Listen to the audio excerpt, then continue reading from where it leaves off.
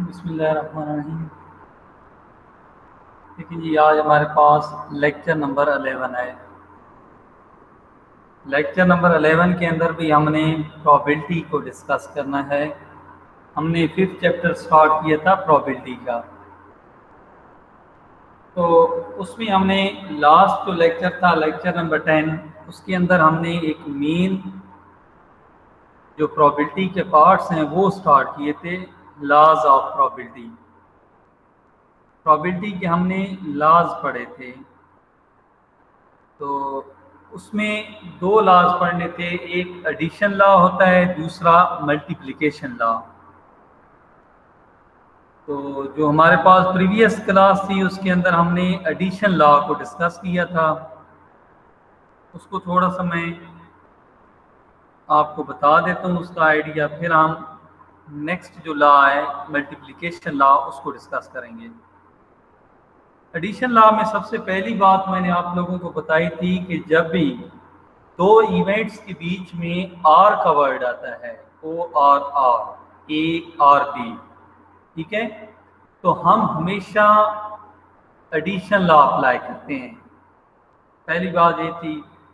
दूसरी बात ये थी कि एडिशन लॉ के अंदर यूनियन यूज करना है। तीसरी बात ये थी कि एडिशन लॉ के अंदर मजीद दो कैटेगरीज हैं, एक कि वो जो दो इवेंट्स हैं वो म्यूचुअली एक्सक्लूसिव हैं या फिर नॉट म्यूचुअली एक्सक्लूसिव हैं। अगर म्यूचुअली एक्सक्लूसिव होते थे तो उसके लिए हम क्या करते थे, probability of A union B is equal to probability of A plus probability of B. Mutually exclusive का क्या मीनिंग थे कि जब उन दो इवेंट्स में कोई चीज कॉमन ना हो। और नॉट म्यूचुअली के लिए हम इसका फार्मूला यूज करते थे कि probability of A union B is equal to probability of A plus probability of B minus probability of A intersection B. Not mutually का ये केस था कि इसमें वो वाले इवेंट्स होंगे जिनमें कुछ ना कुछ कॉमन होंगे इवेंट्स। अगर दो इवेंट्स के बीच में कुछ वैल्यूज कॉमन आ रही हैं तो वो इवेंट्स नॉट म्यूचुअली एक्सक्लूसिव होंगे। उसके लिए हम ये फार्मूला यूज करते थे। ये लॉज हमने पिछले चैप्टर के अंदर डिटेल के साथ पढ़ा था, उसमें एग्जाम्पलें भी सॉल्व की थी। तो आज के लेक्चर में हम पहले मल्टीप्लिकेशन लॉ पढ़ेंगे। ठीक है, कौन सा लॉ है हमारे पास, मल्टीप्लिकेशन लॉ। मल्टीप्लिकेशन लॉ आप कब यूज करेंगे, if in two event use and. वो कह रहा है कि अगर दो इवेंट्स के बीच में एंड का वर्ड आता है, जैसे कि मेरे पास दो इवेंट्स हैं, एक ए है और दूसरा इवेंट क्या है, बी, और इन दो इवेंट्स के बीच में देखिए कौन सा वर्ड आ रहा है, एंड का वर्ड आ रहा है, ठीक है, then we use multiplication law. तब हम क्या चीज यूज करेंगे, मल्टीप्लिकेशन लॉ को यूज करेंगे। जब भी दो इवेंट्स के बीच में एंड का वर्ड आएगा तब हम मल्टीप्लिकेशन लॉ को यूज करेंगे। There are two cases in multiplication law. The events are independent or dependent. जैसे एडिशन लॉ के अंदर क्या था, हमारे पास दो केस थे कि वो जो इवेंट्स हैं वो आपस में म्यूचुअली एक्सक्लूसिव हैं या नॉट म्यूचुअली। तो मल्टीप्लिकेशन लॉ के अंदर भी दो केसेस हैं। वो कौन से हैं कि वो जो दो इवेंट्स हैं जिनके बीच में एंड का वर्ड आ रहा है वो आपस में इंडिपेंडेंट हैं या फिर डिपेंडेंट हैं। इंडिपेंडेंट होंगे तो अलग फार्मूला है, डिपेंडेंट होंगे तो अलग फार्मूला है, ठीक है।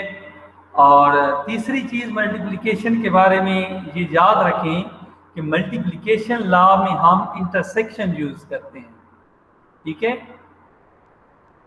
इंटरसेक्शन यूज करते हैं। जैसे एडिशन लॉ के अंदर हम यूनियन यूज करते थे, मल्टीप्लिकेशन लॉज के अंदर हम इंटरसेक्शन यूज करेंगे।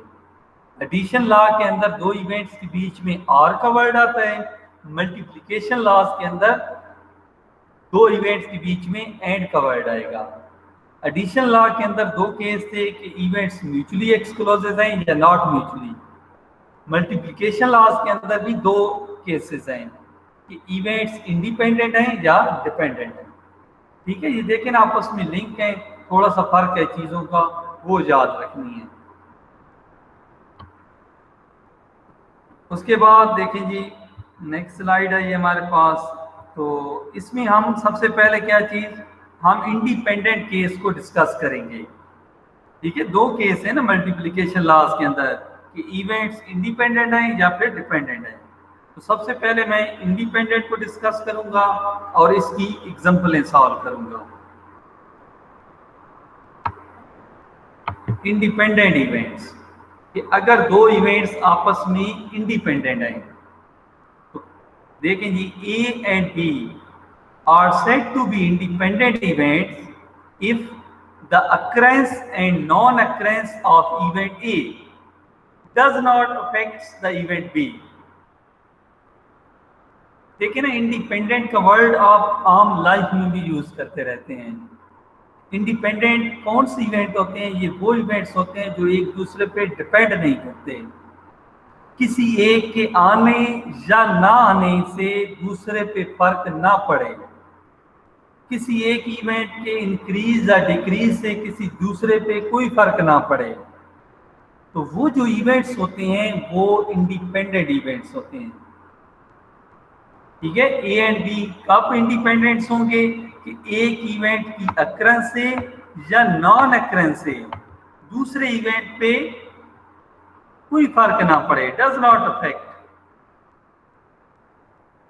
वो जो इवेंट्स होंगे वो इवेंट्स इंडिपेंडेंट इवेंट्स होते हैं।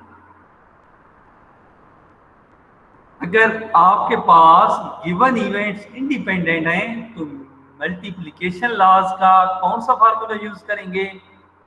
इन this case we use multiplication law, probability of A intersection B. मैंने बताया कि देखिए ना, मल्टीप्लिकेशन लॉ में इंटरसेक्शन यूज होगा। ठीक है, तो probability of A intersection B किसकी इक्वल आएगा? Probability of A multiply by probability of B. दोनों आप मल्टीप्लाई हो रहे हैं क्योंकि हम मल्टीप्लिकेशन लॉ पढ़ रहे हैं। सेम उसी तरह हम प्रोबेबिलिटी ऑफ ए फाइंड करेंगे, प्रोबेबिलिटी ऑफ बी फाइंड करेंगे और उन दोनों को आपस में मल्टीप्लाई कर देंगे। अगर हमारे इवेंट्स आपस में क्या होंगे? इंडिपेंडेंट होंगे, एक दूसरे पे डिपेंड नहीं करने वाले होंगे। किसी एक के अक्रेंस या नॉन अक्रेंस से किसी दूसरे पे कोई फर्क नहीं आएगा। देन हम एडिशन लॉ का ये फार्मूला यूज करेंगे कि probability of A intersection B किसकी इक्वल आएगा? Probability of A multiply by probability of B. Next देखें जी, मैंने इंडिपेंडेंट के लिए एग्जांपल सॉल्व किए हैं कि अगर आपके पास इवेंट्स इंडिपेंडेंट हो। देखें, टू कॉइन और रोल, हमने दो कॉइन को रोल या टॉस लिख लें तो वो अच्छा ये नहीं होगा, तो टू कॉइन और टॉस कह दें। Show that the event head on the first coin and events both face are same are independent. देखिए जी, क्वेश्चन के अंदर वर्ड आया है इंडिपेंडेंट का। यहां से हमें आइडिया हुआ है कि ये क्वेश्चन मल्टीप्लिकेशन लॉ का है। इसके अलावा देखें, दो इवेंट्स हैं आपके पास। एक इवेंट है हेड ऑन फर्स्ट कॉइन, एक इवेंट ये है, और दूसरा इवेंट क्या है? बोथ फेस आर सेम, दूसरा इवेंट ये है। और इन दो इवेंट्स के बीच में कौन सा वर्ड आ रहा है? एंड का वर्ड आ रहा है। देखें जी, तो यहां से हमें कंफर्म हो गया कि इस क्वेश्चन पे हमने मल्टीप्लिकेशन लॉ लगाना है, और इस वर्ड से हमें कंफर्म हुआ कि मल्टीप्लिकेशन में हमने कौन सा केस करना है? इंडिपेंडेंट का, क्योंकि उसने ऑलरेडी बता दिया है। ठीक है, तो ऐसे सबसे पहले क्वेश्चन की पहचान करनी है कि इस क्वेश्चन पे कौन सा लॉ लगेगा और उस लॉ का कौन सा केस लगेगा। तो हर चीज़ क्वेश्चन के अंदर गिवन होती है। जब आप क्वेश्चन को बिल्कुल पढ़ेंगे तो आपको समझ आ जाएगी कि उसमें हर चीज़ गिवन होती है, जैसे मैंने अभी मेंशन की है। तो सबसे पहला काम क्या करते हैं, प्रोबेबिलिटी का जब भी क्वेश्चन आता है तो उसको हम इस कॉमे तक या इस डॉट तक सॉल्व करते हैं। वो कहते हैं टू कॉइन और टॉस, दो कॉइन को टॉस करें। तो क्या करेंगे, दो कॉइन के लिए हम सैंपल स्पेस बना लेंगे। When two coin are tossed, the sample space is, ये हमारे पास सैंपल स्पेस आ जाएगी। ये आप लोगों ने बनाना सीखी है कि दोनों के ऊपर हेड आए, फर्स्ट पे हेड आए सेकंड पे टेल आए, फर्स्ट पे टेल आए सेकंड पे हेड आए, या दोनों पे टेल आए। इनकी तादाद कितनी है, 4। हमारे पास सैंपल स्पेस क्या आ गई, 4 की आ गई। अब हमने क्या करना है, प्रोबेबिलिटी फाइंड करनी है इवेंट ए और बी की। तो इवेंट ए देखें क्या कहता है, हेड ऑन फर्स्ट कॉइन। तो let event A head on first coin. वो कहता है कि ए वाले वो वाले इवेंट्स लें जिनमें फर्स्ट वाली कॉइन के ऊपर हेड आया हो। तो अब आपके पास ये टोटल सैंपल स्पेस है, इसके अंदर देखें वो वाले इवेंट सेलेक्ट करें जिसमें फर्स्ट कॉइन के ऊपर हेड आया हो। उसमें एक ये सिलेक्ट हो जाएगा। एक मिनट, मैं इसको डिफरेंट कलर से शो कर दूं। देखिए जी, ये देखें, एक ये सिलेक्ट हो जाएगा क्योंकि फर्स्ट कॉइन के ऊपर क्या है, हेड है। एक ये सिलेक्ट हो जाएगा इवेंट फुल, और दूसरा क्या, ये वाला सिलेक्ट हो जाएगा क्योंकि इसमें भी फर्स्ट कॉइन के ऊपर क्या है, हेड। तो ये दो इवेंट सिलेक्ट होंगे हेड ऑन फर्स्ट कॉइन के लिए। इसके अलावा ये देखें, यहाँ पे फर्स्ट कॉइन के ऊपर टेल है, यहाँ पे भी फर्स्ट कॉइन के ऊपर टेल है। तो हमने इवेंट ए के अंदर वो वाले इवेंट्स लिखे हैं जिनमें हेड ऑन फर्स्ट कॉइन है। इनकी तादाद कितनी है, 2। ठीक है ना, 1 2। प्रोबेबिलिटी फाइंड करेंगे। प्रोबेबिलिटी ऑफ ए क्या आएगी, NA/NS। प्रोबेबिलिटी का ये फार्मूला है। तो प्रोबेबिलिटी ऑफ ए कितने head on first coin, 2। Sample space क्या थी, 4। सिंप्लीफाई किया है तो हेड ऑन फर्स्ट कॉइन की जो मेरे पास प्रोबेबिलिटी आई है वो आई है 1/2। ये मेरे पास प्रोबेबिलिटी ऑफ ए आ गई। अब हमने ये वाला पार्ट सॉल्व कर लिया। अब बोथ फेस आर सेम। अब हमने ये पार्ट सॉल्व करना है। देखिए जी, बोथ फेस आर सेम। तो सबसे पहले आपने सैंपल स्पेस से इवेंट बी के लिए वो वाले इवेंट सेलेक्ट करने हैं जिनमें बोथ फेस सेम हो। मतलब फर्स्ट वाले पे हेड आया है तो सेकंड वाले पे भी हेड आया हो, फर्स्ट वाले पे टेल आया है तो सेकंड वाले पे भी टेल आया हो। उसमें कौन कौन सेलेक्ट होगा, एक ये फर्स्ट वाला सेलेक्ट हो जाएगा। देखिए, head on both face, sorry both face are same. और ये एंड वाला सिलेक्ट हो जाएगा, ये भी बोथ फेस आर सेम है। ये सिलेक्ट होगा और ये सिलेक्ट होगा, बोथ फेस आर सेम में। देखिए नेक्स्ट पेज पे ये मैंने देखें वही सिलेक्ट किए हैं। इवेंट्स बी के अंदर देखें बोथ फेस आर सेम आ गए, हेड हेड या टेल टेल। इनकी तादाद भी कितनी है, 2। प्रोबेबिलिटी फाइंड की है। प्रोबेबिलिटी ऑफ बी किसकी इक्वल है, NB/NS 2/4 1/2। ये मेरे पास इवेंट बी की क्या आ गई है, प्रोबेबिलिटी आ गई है। अब उसने क्वेश्चन के अंदर यहाँ पे जब आप प्रोबेबिलिटी फाइंड कर देंगे देन आप ये चीज़ तय करेंगे कि यहाँ पे कौन सा केस लगेगा, इंडिपेंडेंट का लगेगा या फिर डिपेंडेंट का। तो क्वेश्चन के अंदर उसने बता दिया था कि दो इवेंट्स जो हैं वो आपस में इंडिपेंडेंट हैं। ठीक है, तो बात आसान हो गई हमारे लिए। ऑलरेडी उसने हमें बता दिया है कि दो जो इवेंट्स हैं वो उनका जो आपस में है वो इंडिपेंडेंट है। जब उसने बता दिया है तो हम कौन सा केस अप्लाई करेंगे, मल्टीप्लिकेशन लॉ का इंडिपेंडेंट वाला। तो probability of A intersection B किसकी इक्वल आ जाएगा, probability of A multiply by probability of B. ये हमने केस लगाया। प्रोबेबिलिटी ऑफ ए क्या है, 1/2। प्रोबेबिलिटी ऑफ बी क्या है, 1/2। मल्टीप्लाई हुए हैं तो probability of A intersection B क्या है, 1/4। ये हमने उन दोनों की कंबाइंड प्रोबेबिलिटी फाइंड कर ली है कि जब भी आप दो कॉइन को टॉस करेंगे तो वो आपस में इंडिपेंडेंट होंगे। तो फर्स्ट कॉइन के ऊपर हेड आए जब बोथ फेस सेम हो, उसके आने की कंबाइंड जो प्रोबेबिलिटी है वो क्या है, 1/4, या इस पे आप कह सकते हैं 25% चांसेस हैं कि यह इवेंट आएगा जिसमें फर्स्ट कॉइन के ऊपर हेड होगा, या फिर कौन सा आएगा जिसमें बोथ फेस सेम होंगे। उसकी क्या प्रोबेबिलिटी है, 1/4।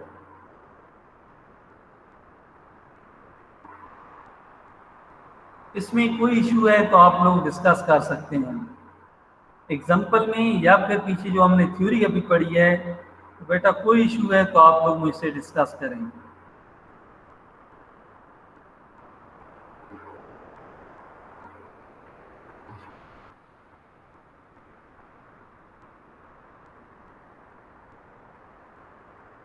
चलें ठीक है, नेक्स्ट देखें जी। नेक्स्ट भी मैंने इसी की एग्जांपल सॉल्व की है इंडिपेंडेंट केस की।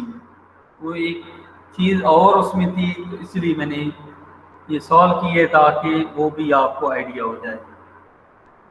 क्या कहता है कि a bag contain 3 red candies and 7 blue candies. एक बैग है, बैग के अंदर 3 रेड कैंडीज हैं और 7 ब्लू कैंडीज हैं।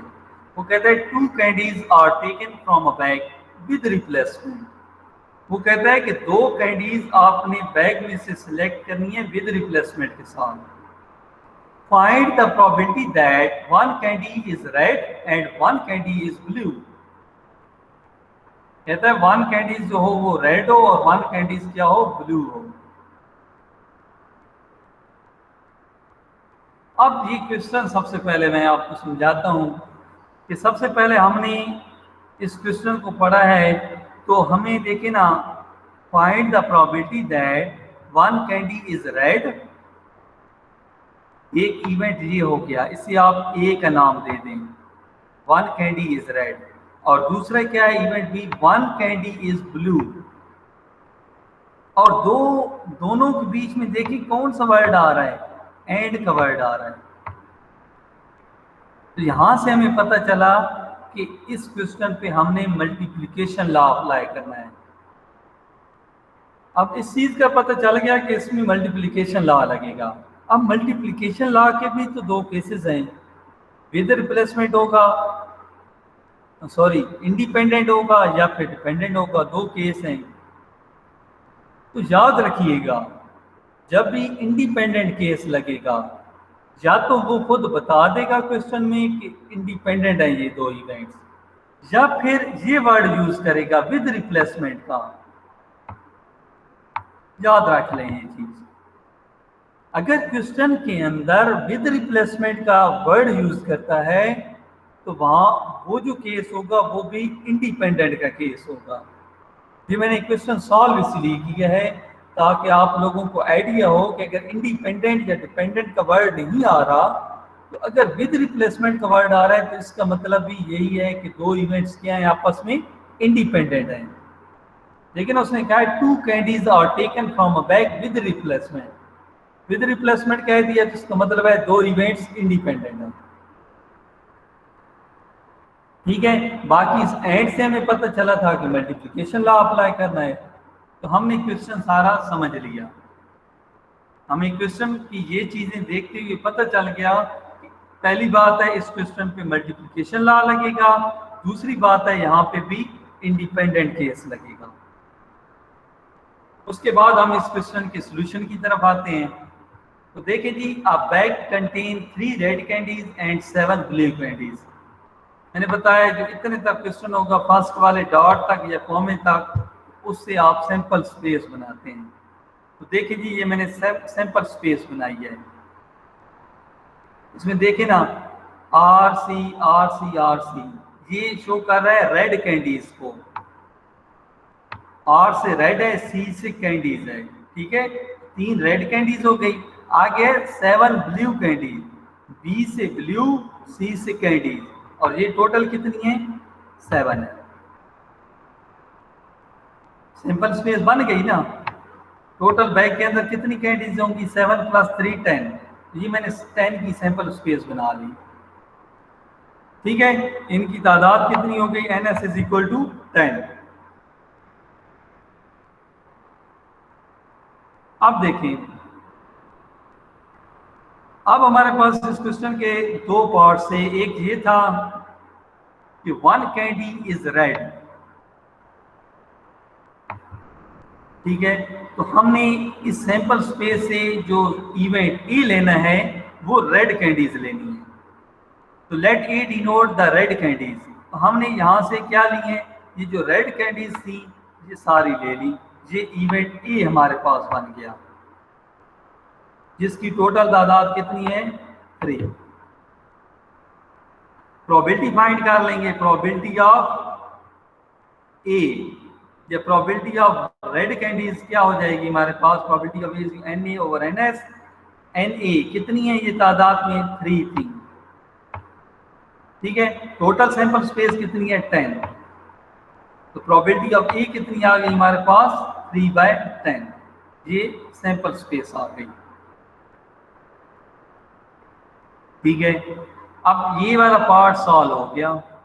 अब दूसरा देखें ना, दूसरे में क्या कह रहा है? अब दूसरे में कह रहा है 1 कैंडी इज ब्लू।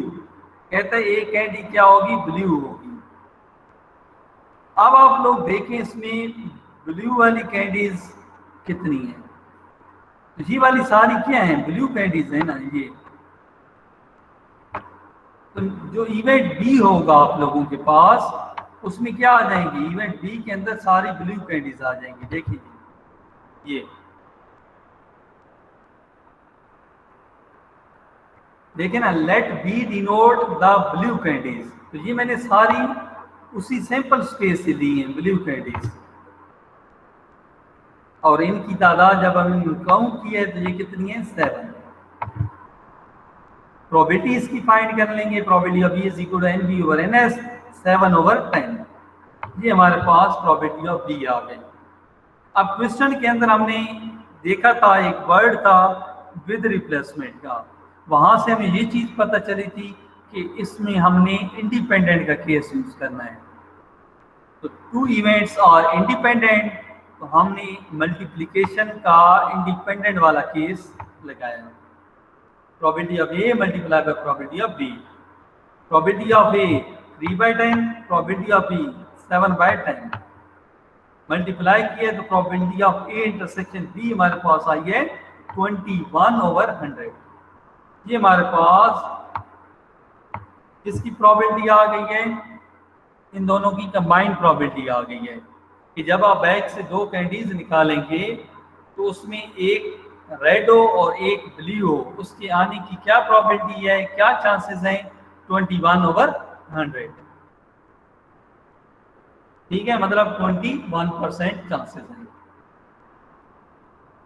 तो ये हमारा इंडिपेंडेंट का केस था। इस यहाँ तक कोई इशू है तो पूछ सकते हैं, फिर हम इसका डिपेंडेंट केस करेंगे।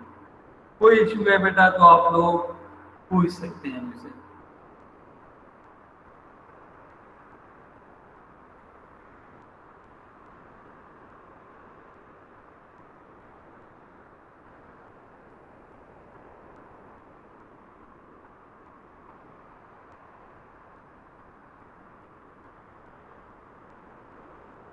चलें नेक्स्ट हमारे पास मल्टीप्लिकेशन लॉ का डिपेंडेंट केस था। ठीक है, कि जब 2 इवेंट्स आपस में क्या होंगे? डिपेंडेंट इवेंट्स होंगे। डिपेंडेंट क्या होता है? जो एक दूसरे पे डिपेंड करते हों, जिसमें एक के आने या ना आने से दूसरे पे फर्क पड़े। ठीक है, तो वो चीज डिपेंडेंट होती है। A and B are said to be dependent events if the occurrence and non-occurrence of event A affected the events B।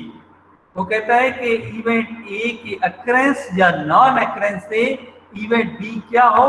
Affected हो। तो वो इवेंट्स क्या होंगे? आपस में डिपेंडेंट इवेंट्स होंगे। वो इवेंट्स क्या होंगे आपस में? डिपेंडेंट इवेंट्स होंगे।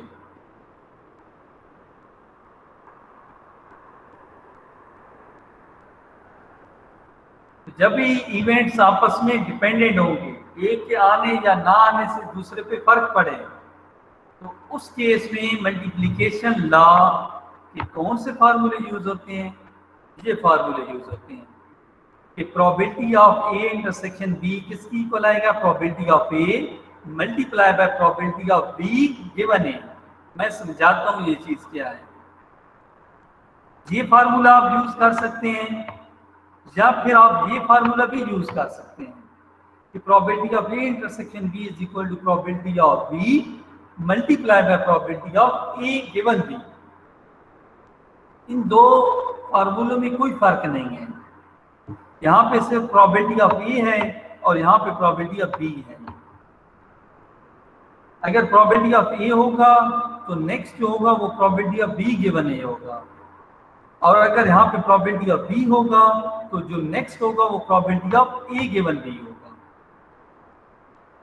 ठीक है, इन दो फार्मूलों में आप कोई भी फार्मूला यूज कर सकते हैं डिपेंडेंट केस के लिए, लेकिन ये है कि प्रोबेबिलिटी जिसकी आप पहले फाइंड करेंगे, जो चीज गिवन होगी, फॉर एग्जांपल आपको इवेंट ए गिवन है तो आप ये फार्मूला यूज करेंगे, अगर इवेंट बी गिवन है तो आप ये फार्मूला यूज करेंगे। इस चीज का भी मैं नॉलेज क्वेश्चन के अंदर बताता हूँ कि क्या चीज गिवन है और क्या चीज गिवन नहीं है। बाकी यहाँ तक चीज क्लियर करें कि डिपेंडेंट इवेंट्स कौन से होंगे? ऐसे इवेंट्स जिसमें एक की अक्रेंस या नॉन अक्रेंस से दूसरा अफेक्ट हो। ठीक है, तो वो जो इवेंट्स होंगे वो डिपेंडेंट होंगे। डिपेंडेंट के लिए आप मल्टीप्लिकेशन लॉ के ये फार्मूला यूज कर सकते हैं। फर्स्ट वाला भी यूज कर सकते हैं, सेकंड वाला भी यूज कर सकते हैं, एक ही चीज है।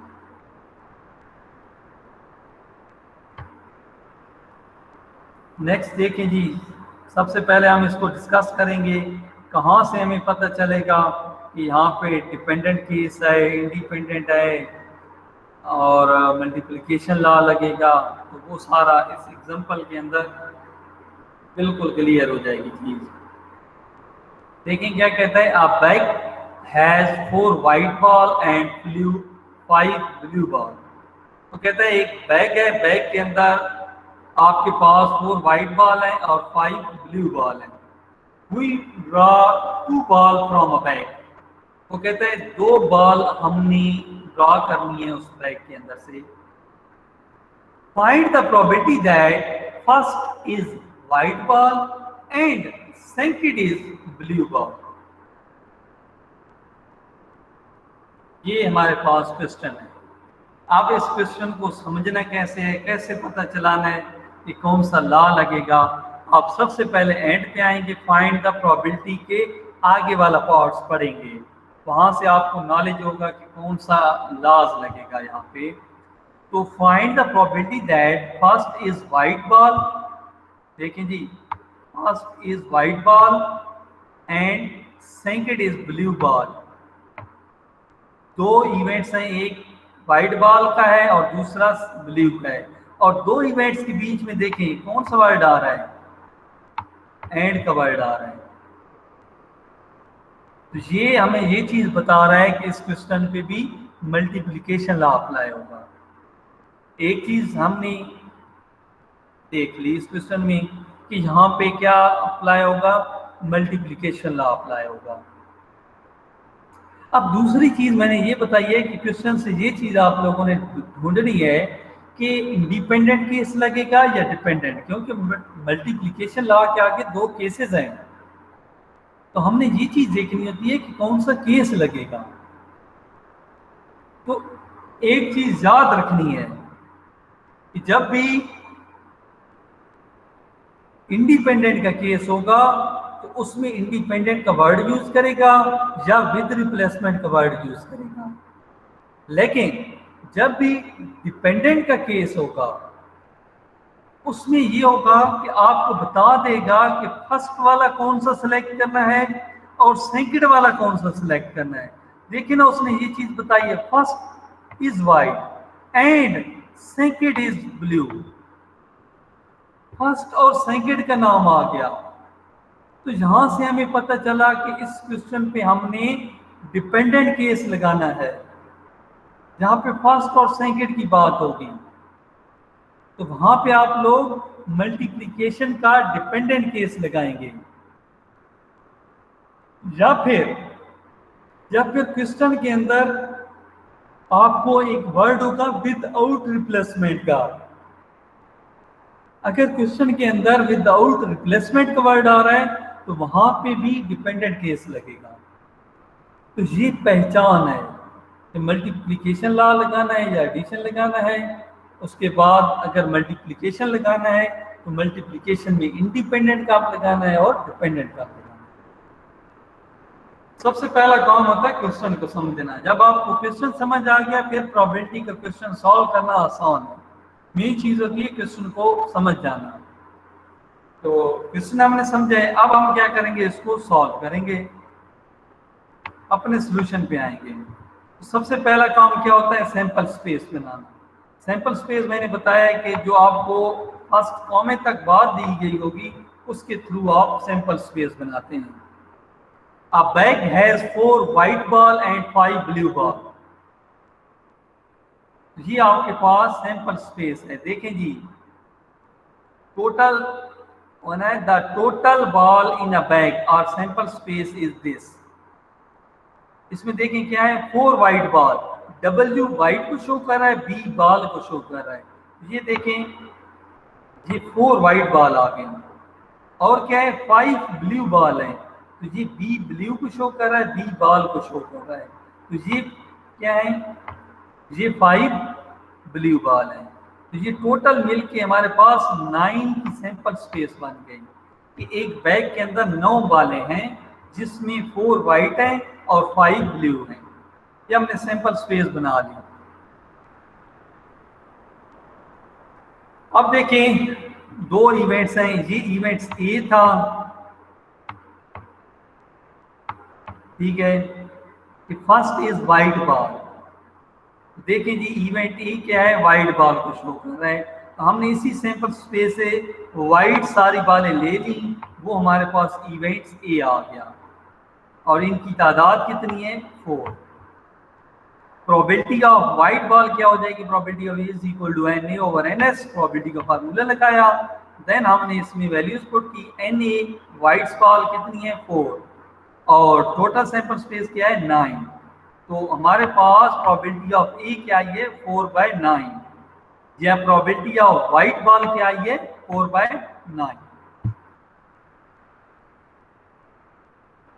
ठीक है, अब इवेंट बी को डिस्कस करना है। ये क्या है, सेकंड इज ब्लू बॉल। ये इवेंट बी है आप लोगों के पास, ठीक है, ये इवेंट बी है। देखिएगा, तो वो कहता है बी क्या है, सेकंड इज ब्लू बॉल। तो आप लोगों ने ब्लू बॉल देखनी है, वो कितनी है, ये देखें ब्लू बॉल्स, ये कितनी है, 5 ब्लू बॉल्स हैं। नेक्स्ट पे देखें जी, वही मैंने 5 ब्लू बॉल्स लिख ली।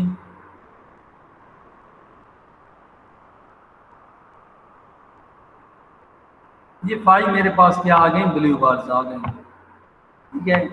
इनकी प्रोबेबिलिटी फाइंड की है, प्रोबेबिलिटी ऑफ बी गिवन है। अब देखें ना जी, जहां पे मेन चीज समझाना यही है कि आप लोगों ने प्रोबेबिलिटी ऑफ ए फाइंड कर ली। प्रोबेबिलिटी ऑफ ए इसीलिए फाइंड की है कि उसने कहा है कि जो पहली बॉल आप सिलेक्ट करेंगे, फर्स्ट बॉल सिलेक्ट करेंगे, वो वाइट होगी, तो वो आपने फाइंड कर ली। अब जब आप सेकंड बॉल होगी तो सेकंड बॉल आप कैसे सिलेक्ट करेंगे, क्योंकि मैंने बताया है जो डिपेंडेंट होता है वो विदाउट रिप्लेसमेंट होता है। जो एक चीज हम सिलेक्ट कर लेंगे उसको दोबारा शामिल नहीं करेंगे, विदाउट रिप्लेसमेंट होता है ये।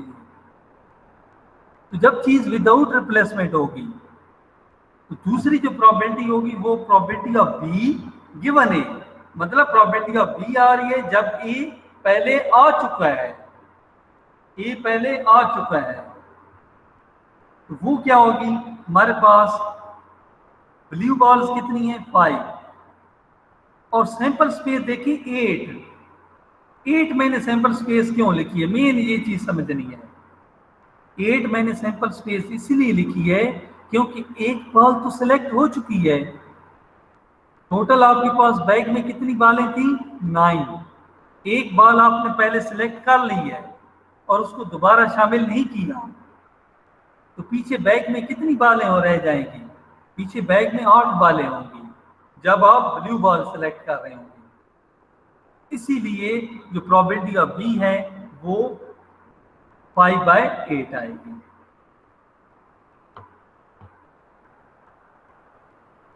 ठीक है, 2 इवेंट्स और डिपेंडेंट। डिपेंडेंट के लिए मैंने बताया है कि ये आप फार्मूला यूज करेंगे, probability of A intersection B, probability of A multiply by probability of B given है। प्रोबेबिलिटी ऑफ ए हमारे पास 4/9 थी व्हाइट बॉल की, और probability of B blue ball की क्या है, 5/8।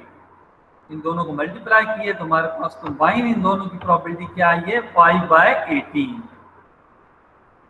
ये हमारे पास कंबाइन प्रोबेबिलिटी आ गई है किसकी, ब्लू और व्हाइट बॉल की, कि जब भी ये वो चांसेस हैं 5/18% चांसेस हैं कि जब आप एक बैग से बॉल सिलेक्ट करेंगे तो जो फर्स्ट बॉल सिलेक्ट करेंगे वो व्हाइट होगी और सेकंड ब्लू बॉल होगी, उसके आने के चांसेस क्या हैं, 5/18। तो ये डिपेंडेंट का केस है। कोई इशू है किसी को तो ये डिस्कस करें। किसी चीज की इस केस में अगर समझ नहीं आई तो आप लोग डिस्कस करें।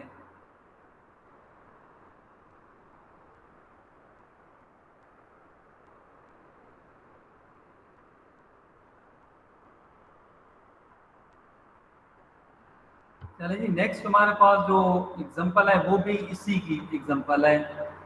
तो ये 2 एग्जांपलें सॉल्व करने का मकसद ये था कि ताकि आप लोगों की चीज क्लियर हो जाए।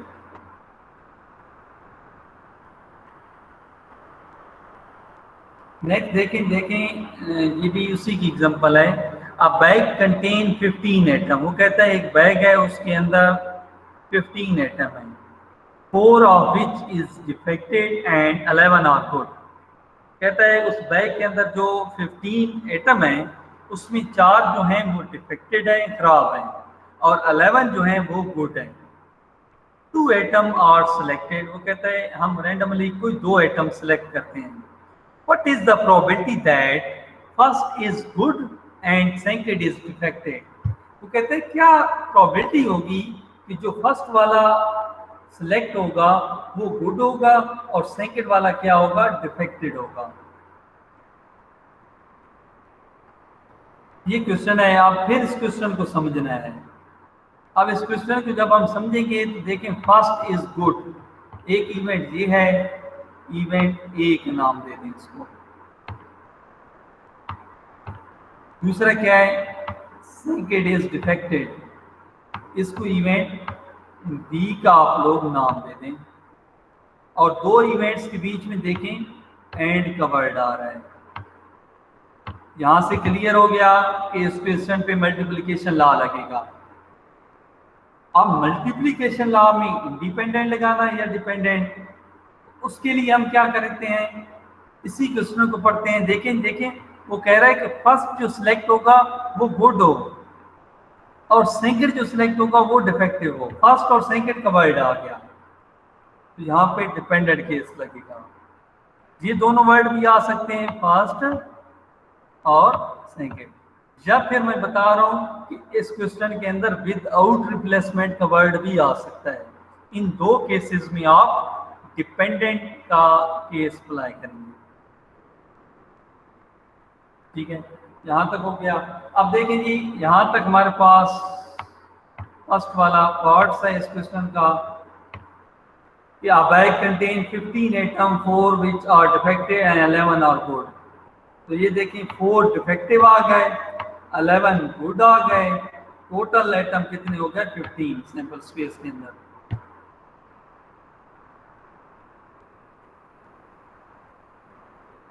ठीक हो गया। अब इवेंट ए हम कह रहे हैं गुड को। ठीक है, देखें यहाँ पर मैंने गुड लिखा है तो इसलिए यहाँ पर let A denote the item is good. तो गुड एटम आप लोगों ने सैंपल स्पेस से देखने हैं कितने हैं, वो ये सारे खड़े हैं, वही मैंने लिख दिए हैं। 11 गुड एटम थे, ठीक है। ये एन ए कितना आ गया 11। तो प्रोबेबिलिटी ऑफ गुड एटम की क्या होगी, probability of A is equal to N A over N S, 11 over 15, ये प्रोबेबिलिटी ऑफ गुड एटम है। अब यहाँ पे आप लोग एक एटम सेलेक्ट कर गए, गुड एटम आप लोगों ने सेलेक्ट कर लिया। जब आप एक एटम सेलेक्ट कर लेंगे तो पीछे जो सैंपल स्पेस रह जाएगी वो 14 की रह जाएगी, क्योंकि ये जो केस होता है ये केस होता है विदाउट रिप्लेसमेंट का। एक चीज आपने सेलेक्ट की तो उसको दोबारा सैंपल स्पेस में शामिल नहीं करना। अब जब हम डिफेक्टिव की प्रोबेबिलिटी फाइंड करेंगे, देखिए जी, defective item, let B denote the item is defected. B में कौन से सारे आ गए, डिफेक्टेड एटम आ गए। उन डिफेक्टेड एटम की तादाद कितनी थी, 4। अब मैं बता चुका हूं, यहाँ पे भी मैंने बताया, probability of defected atom when probability of good atom occurred. ठीक है, प्रोबेबिलिटी ऑफ डिफेक्टिव एटम तब फाइंड कर रहे हैं जब probability of good atom already occurred हो चुका है। जब एक चीज ऑलरेडी निकल चुकी है, तो एक एटम तो निकल गया, तो पीछे बैग में कितने एटम बच गए, 14। जब आप दूसरा एटम सेलेक्ट कर रहे होंगे तो वो उन्हीं 14 में से सिलेक्ट होगा। उसकी प्रोबेबिलिटी को हम फिर ऐसे लिखेंगे कि प्रोबेबिलिटी ऑफ बी गिवन है, ए जो है ऑलरेडी गिवन है, वो हमारे पास n B over N S. Probability of B given है 4 ओवर 14। लेकिन सैंपल स्पेस एक कम हो गई, टोटल सैंपल स्पेस 15 की थी, लेकिन ए अकर्ड हो चुका है, ए हम निकाल चुके हैं, तो पीछे सैंपल स्पेस जब डिफेक्टिव के लिए होगी वो 14 की होगी। ये हमारे पास प्रोबेबिलिटी आ गई डिफेक्टिव एटम की। फार्मूला यूज किया है मल्टीप्लिकेशन लॉ का। कौन सा फार्मूला है ये हमारे पास डिपेंडेंट केस के लिए है। Probability of a good atom वो था 11 ओवर 15। प्रोबेबिलिटी ऑफ बी क्या था, डिफेक्टिव एटम, वो था 4 ओवर 14। तो इन दोनों की कंबाइन करके जो हमारे पास प्रोबेबिलिटी आई है वो 22 ओवर 105। ठीक है जी, ये हमारे पास प्रोबेबिलिटी आ गई कि जब आप एक बैग के अंदर से, ये वो प्रोबेबिलिटी है कि आपके एक बैग के अंदर अगर 15 एटम हैं जिसमें 4 डिफेक्टिव हैं और 11 गुड हैं, तो जब आप एक एटम सेलेक्ट करते हैं तो वो फर्स्ट वाला जो एटम हो वो गुड निकले और सेकंड वाला जो एटम हो वो डिफेक्टिव निकले, उसकी ये प्रोबेबिलिटी है 22 ओवर 105। यहां तक मल्टीप्लिकेशन लॉ हो गया। किसी को कोई इशू है तो मुझसे डिस्कस करें। मल्टीप्लिकेशन लॉ के अंदर कोई भी किसी को इशू है तो मल्टीप्लिकेशन लॉ में आप मुझसे डिस्कस कर सकते हैं।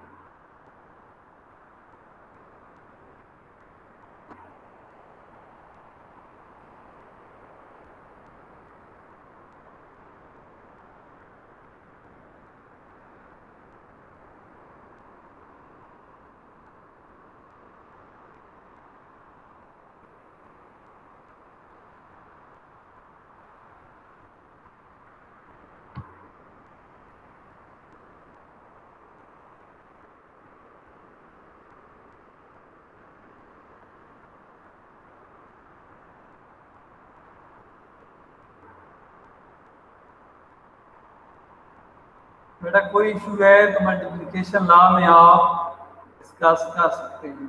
सर क्लियर है। क्लियर है, क्लियर है, गुड। नेक्स्ट ही देखें, नेक्स्ट एक और है हमारे पास कंडीशनल प्रोबेबिलिटी। ये प्रोबेबिलिटी का लास्ट टॉपिक है, ठीक है। कंडीशनल प्रोबेबिलिटी, अब देखिए ये नाम से जाहिर है कंडीशनल, जो किसी कंडीशन पे बेस करती हो, ये वो वाली प्रोबेबिलिटी होगी।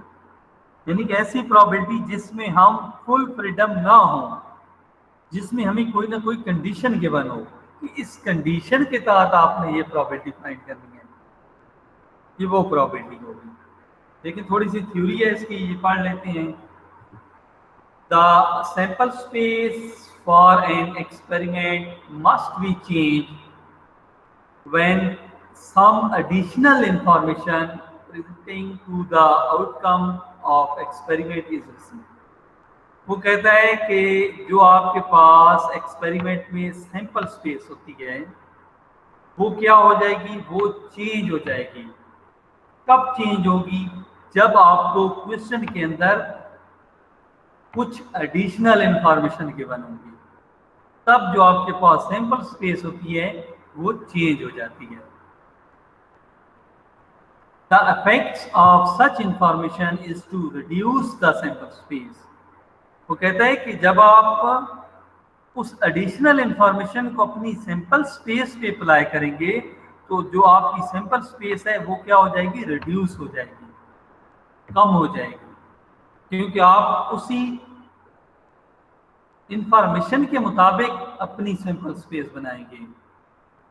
तो जब आप उस एडिशनल इंफॉर्मेशन की बेस पे सैंपल स्पेस बनाएंगे देन आपके पास सैंपल स्पेस जो होगी वो रिड्यूस हो जाएगी।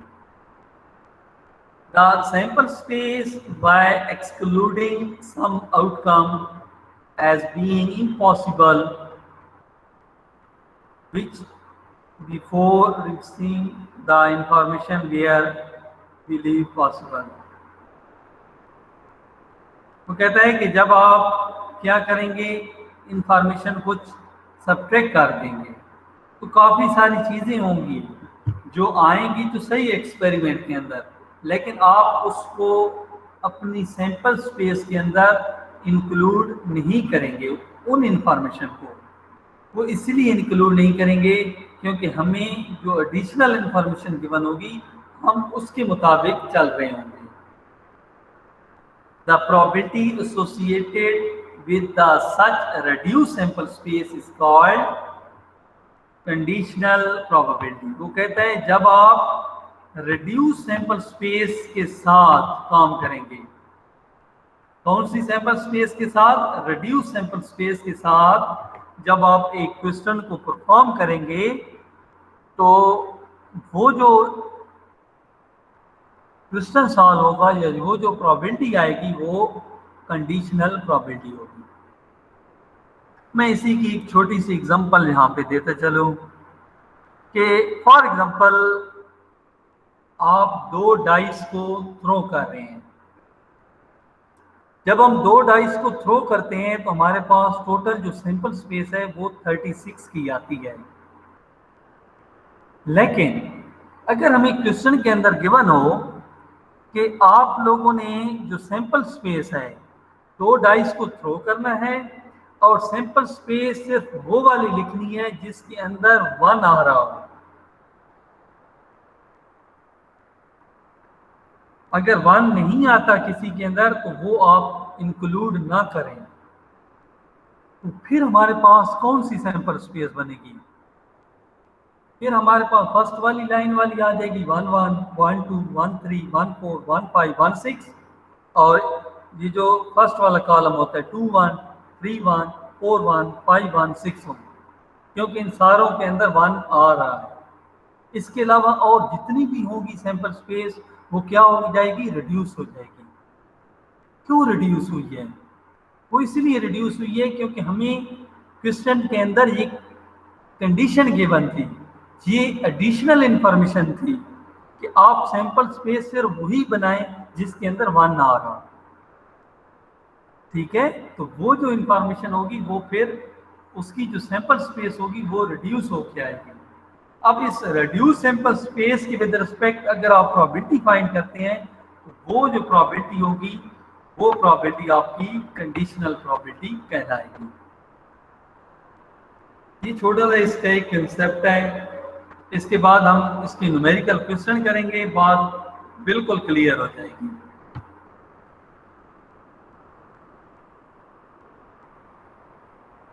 देखिए जी, ये इसके फार्मूले हैं कहता है if A and B are two event in a sample space S. कहता है दो इवेंट्स हैं अगर आपके पास किसी सैंपल स्पेस के अंदर, if probability of A is not equal to 0, then the probability of event A given that event B has occurred. इसमें ये जो फार्मूले हैं ना इनको डिस्कस किया है। probability of A given B किसकी इक्वल आएगा? probability of A intersection B over probability of B। दूसरा इसका क्या फार्मूला है कि probability of B given A इसकी इक्वल है probability of A intersection B over probability of A. ये आपके पास दो फार्मूले हैं। इन दो फार्मूलों में आप कोई भी फार्मूला यूज कर सकते हैं कंडीशनल प्रोबेबिलिटी के लिए। बस क्वेश्चन में ये चीज देखनी है कि गिवन क्या चीज है। जो चीज गिवन होगी वो ऊपर आएगी। अगर इवेंट ए गिवन है तो ये फार्मूला यूज हो जाएगा, अगर इवेंट बी की इंफॉर्मेशन गिवन है तो ये फार्मूला यूज हो जाएगा।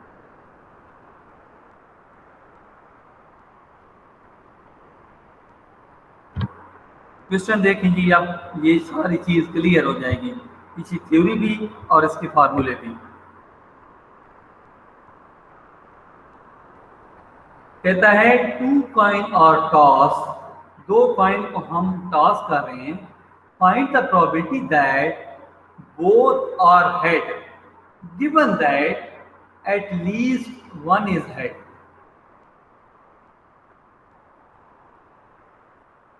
ठीक है, ये ऐसा क्वेश्चन होगा।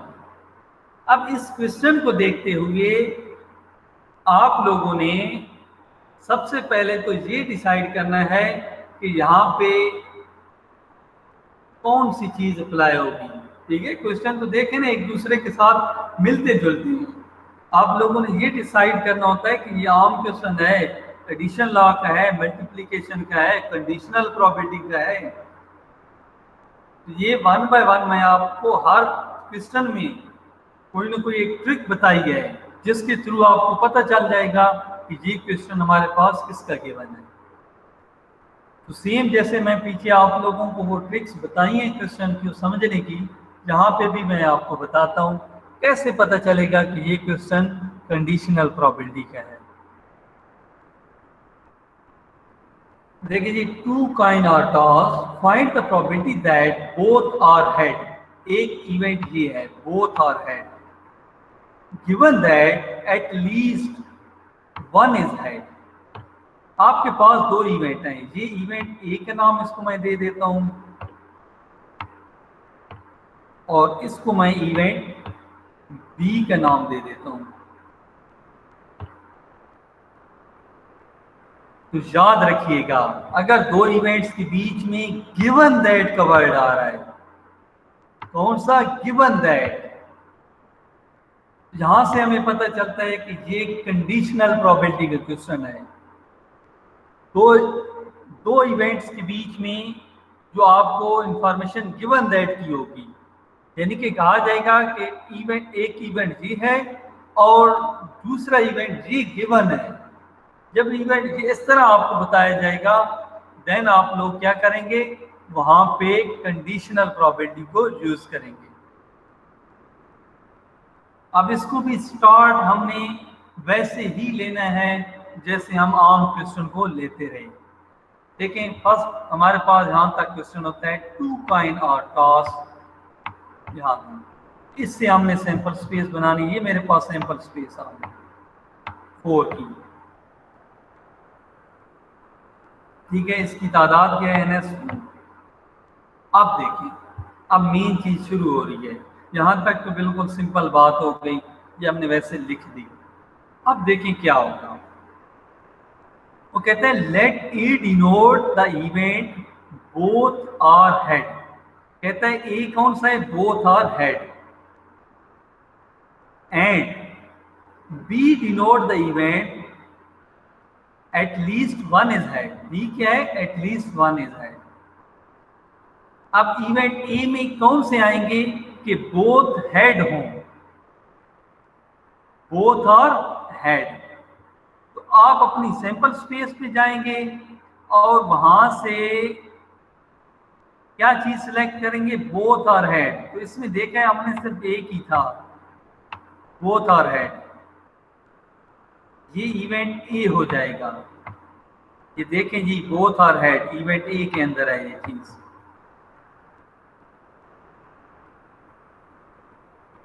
अब इवेंट बी के अंदर हमने देखा है, इवेंट बी बनाना है। इवेंट बी कैसे आएगा? इवेंट बी देखिए क्या कह रहा है, एटलीस्ट वन इज हेड। वो कहते हैं सैंपल स्पेस से आप वो वाले इवेंट्स लें जिनमें कम से कम एक हेड आ रहा हो। वो वाले इवेंट छोड़ दें, वो वाले इवेंट रिड्यूस कर दें जिनमें हेड नहीं आ रहा। सिर्फ वो वाले इवेंट्स लें जिनमें कम से कम एक हेड आ रहा हो। तो अब आप अपनी सैंपल स्पेस को देखें तो कौन से इवेंट सिलेक्ट होंगे जिसमें एटलीस्ट वन हेड हो। एक ये सिलेक्ट हो जाएगा, एटलीस्ट वन हेड, ये भी सिलेक्ट हो जाएगा और ये भी सिलेक्ट हो जाएगा। ये सिलेक्ट नहीं होगा क्योंकि इसमें कोई हेड अपीयर नहीं होगा। तो बी के अंदर मेरे पास देखें वो वाले सारे इवेंट्स लिखे हैं जिनमें एटलीस्ट वन हेड आ रहा है। इनकी तादाद कितनी है? 3। अब देखिए नेक्स्ट, ये तो हमने इवेंट ए और बी की इंफॉर्मेशन निकाली है। अब हम क्वेश्चन को माइंड में रखेंगे कि हमें क्वेश्चन के अंदर कौन कौन सी इंफॉर्मेशन चाहिए।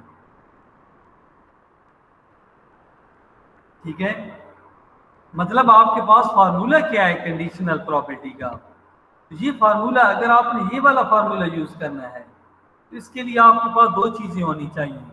एक probability of A intersection B होनी चाहिए और दूसरी प्रोबेबिलिटी ऑफ बी होनी चाहिए। ये दो प्रोबेबिलिटी आप लोगों ने फाइंड करनी होंगी।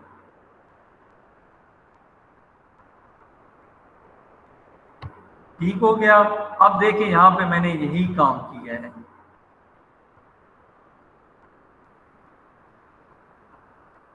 यहाँ पे मैं फर्स्ट वाला फार्मूला यूज कर रहा हूँ। तो ए इंटरसेक्शन बी क्या आएगा?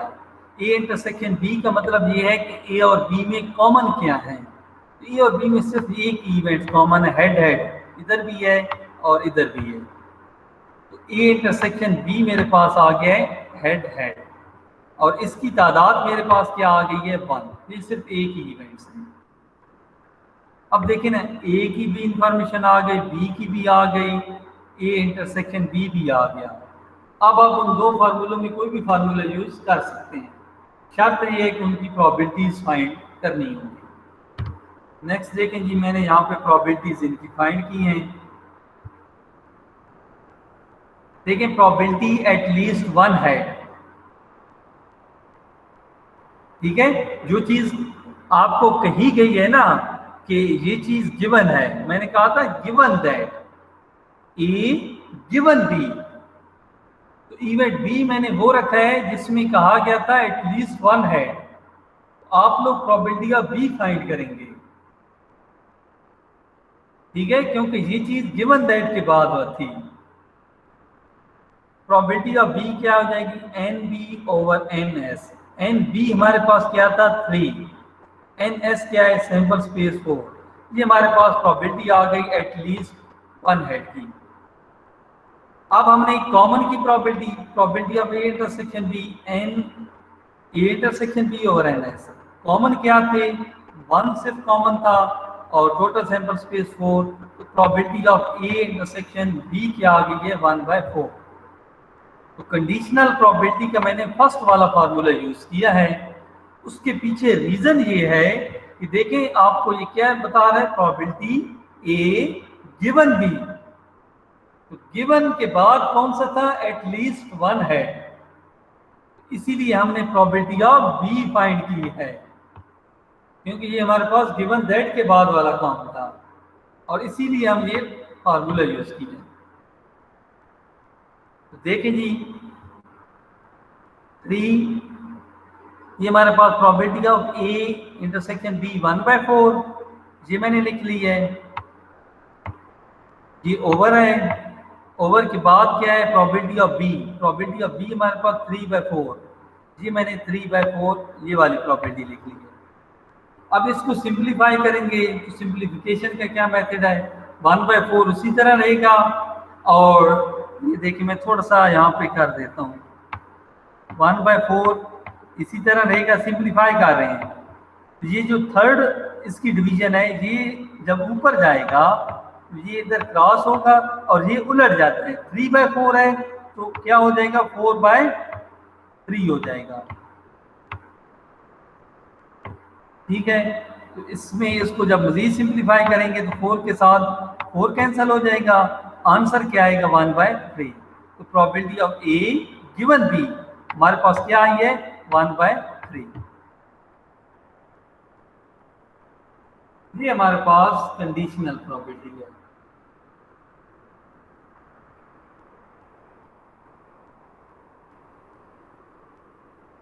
इसकी भी मैंने एक और एग्जांपल सॉल्व की है ताकि चीज़ आपको मजीद क्लियर हो जाए। ठीक है, अब ये पढ़ेंगे तो आपको ये कंडीशनल प्रोबेबिलिटी भी फुल क्लियर हो जाएगी। फिर भी कोई इशू होता है आप डिस्कस कर सकते हैं। देखें क्या कह रहा है, a fair dice is rolled, find the probability that face is even given that face is less than 4। वो कहते हैं a fair die is throw, एक डाई है एक डाइस थ्रो की है, find the probability that face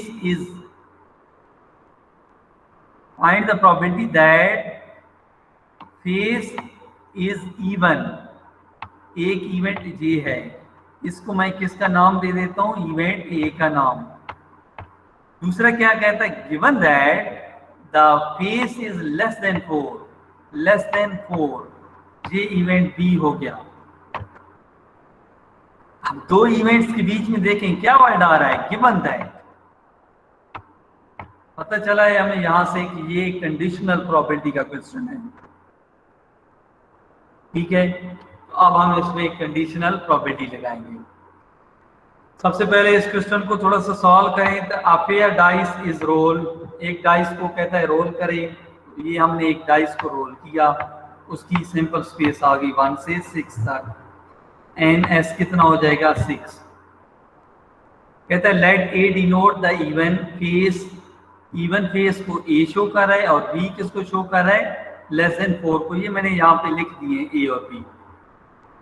अब A वाले इवेंट्स कौन से होंगे जिसमें इवन फेस होगा। इवन कौन कौन से हैं इसमें देखें, 2 इवन नंबर है, 4 इवन नंबर है और 6 इवन नंबर है। ये वही सारे आ गए, ठीक है, इवन। इनकी तादाद कितनी है 3। उसके बाद बी में कौन सा है, बी में बताएं जी। बी में हमारे पास है फेस इज लेस देन 4, कि फेस जो हो वो 4 से क्या होना चाहिए, लेस होना चाहिए। तो फेस इज लेस देन 4 में कौन कौन से आ जाएंगे, लेस देन 4 में हमारे पास 1 आ जाएगा, ठीक है, ये 1 आ जाएगा लेस देन 4, 2 आ जाएगा लेस देन 4 है, और 3 आ जाएगा लेस देन 4। ये इवेंट बी में आ गए जो लेस देन 4 है। इनकी तादाद कितनी है 3।